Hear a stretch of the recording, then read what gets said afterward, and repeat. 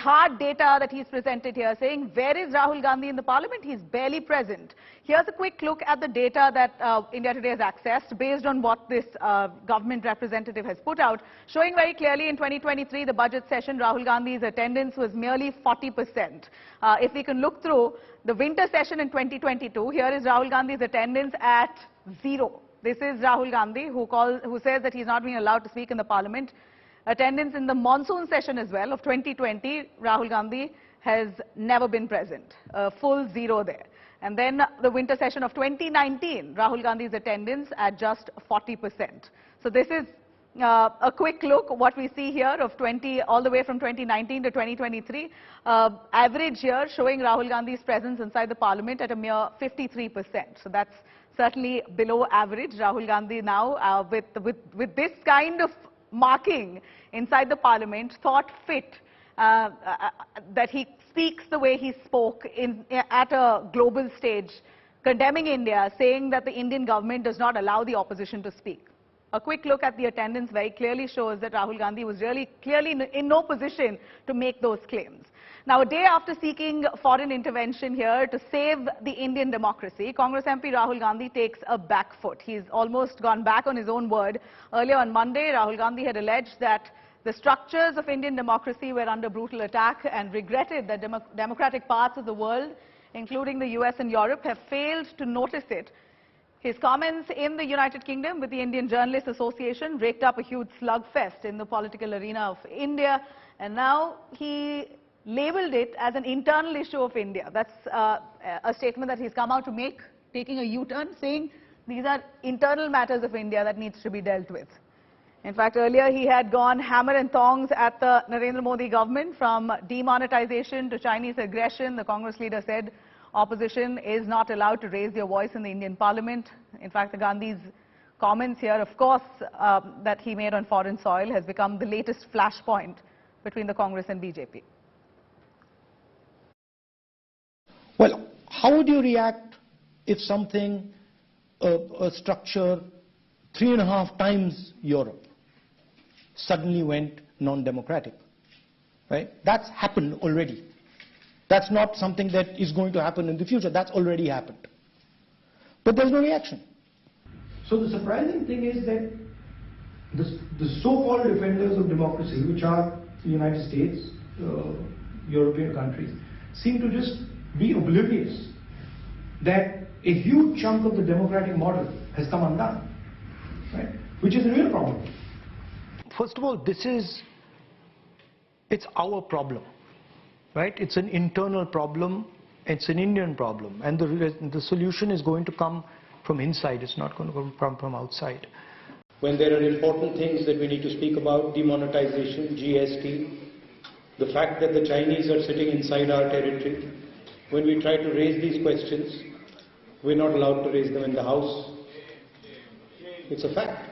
It's shameful, but it's true. किसी व्यक्ति विशेष की बातों के संदर्भ में कुछ नहीं कहूंगा, लेकिन अपने अनुभव के आधार पर कहना चाहूंगा कि यह नितांत असत्य, बेबुनियाद, आधारहीन, nothing can be more false than this. मैं पिछले 9 वर्षों से संसद में हूं और मैं अपने अनुभव से कह सकता हूं कि इस तरह की बात किसी से आज तक न सुनने को मुझे मिली, न मेरी जानकारी में। It is quite strange that an Indian political leader can give a talk in Cambridge University, Harvard University, but he can't give a talk in India, in a university in India. Right? And the reason is that our government simply does not allow any idea of the opposition, any concept of the opposition.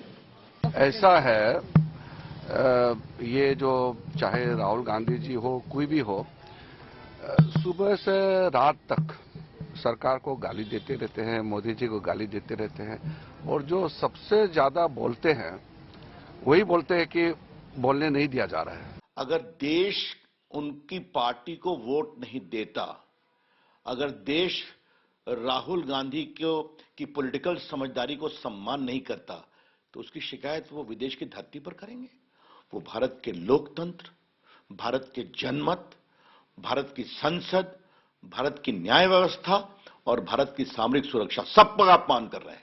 ये बचकाने बयान विदेश में जाकर के देश को बदनाम करने वाले, देश की समाज के लिए, राष्ट्र के लिए समर्पित भाव से सेवा करने वाले संगठनों के बारे में जो कुछ नहीं जानता है, वो बयान देने से पहले उनके जो सलाहकार हैं उनको बता दें।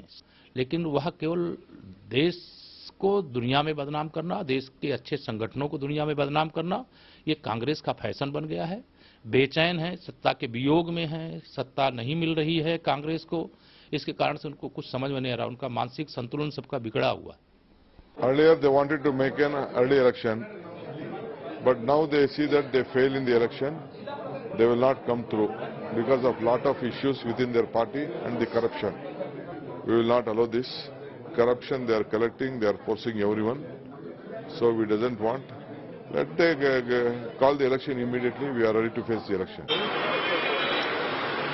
Rahul Gandhi is a politician, very senior politician. He is a leader of a political party, a senior leader, former president of a Congress party. He has every right to comment on what is going on in India. Indian system, the entire world, they all feel that all sections are not safe in India. That is what he is trying to tell, and I fully stand by his statement. Rahul Gandhi rightly exposed India government in the media.